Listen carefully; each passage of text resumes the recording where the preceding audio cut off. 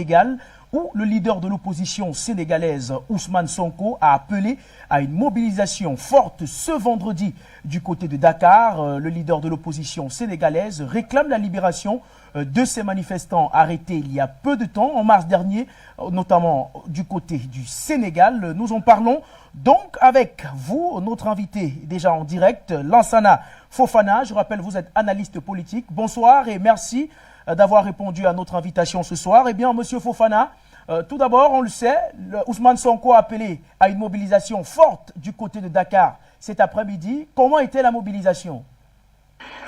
Merci beaucoup à vous pour cette invitation. Alors, le peuple sénégalais a massivement répondu présent à cet appel de Ousmane Sonko. Au moment où je vous parle, les personnes sont encore réunies à la place de la nation qui est bondée de monde à ce jour. Et le peuple sénégalais, comme vous l'avez si bien dit, réclame la libération de tous les otages politiques depuis les derniers événements derniers. Donc, Macky Sall a emprisonné beaucoup de... Je suis en direct au journal. Oui, donc Macky Sall a emprisonné beaucoup de journalistes, beaucoup de jeunes combattants, mais aussi des militants de Ousmane Sonko qui n'ont commis autre crime que de faire partie du PASTEF, qui est le parti du candidat Ousmane Sonko. Donc beaucoup d'enseignants ont été arbitrairement arrêtés et beaucoup d'autres jeunes croupissent encore dans les prisons de Macky Sall. Pour lui, c'est une stratégie pour dissuader la jeunesse qui est prête à se lever pour ce qu'on appelle au Sénégal une deuxième vague. Une deuxième vague de manifestations et de contestations pour la liberté et pour la démocratie. Eh bien, cher ami Lansana Fofana, qu'en est-il effectivement du leader du PASTEF, Ousmane Sonko? Était-il présent dans les manifestations? Oui, alors Ousmane Sonko d'abord s'est rendu à Kaolack où le leader du mouvement Yanamar, Kilifeu, a été arrêté. Il a été arrêté avec des Sénégalais qui réclamaient que des contrats leur soient donnés par l'entreprise qui s'appelle la Sénélec.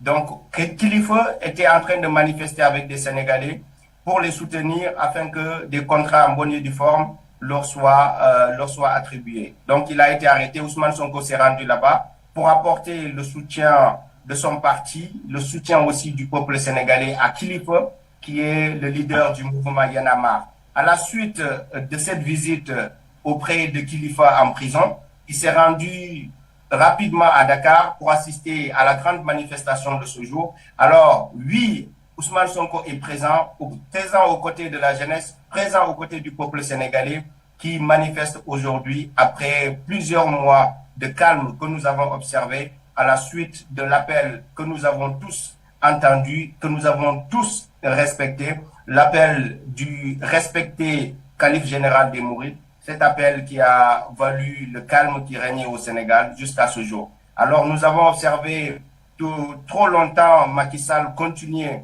dans les mêmes pratiques et le peuple sénégalais recommence à se lever parce que nous en avons plus que marre de cette situation-là. Macky Sall continue à braquer la justice contre des innocents, à arrêter arbitrairement toutes les voix qui s'opposent à sa façon de gouverner et cela ne peut plus prospérer dans un pays qui a une tradition démocratique qui est le Sénégal.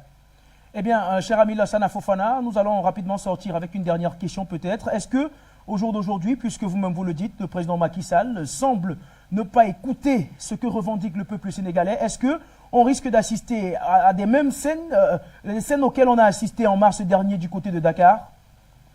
Bien évidemment, c'est la crainte qu'il faut avoir, parce que le président de la République est sorti pour nous dire qu'il a enfin entendu le message de la jeunesse et qu'il nous a compris.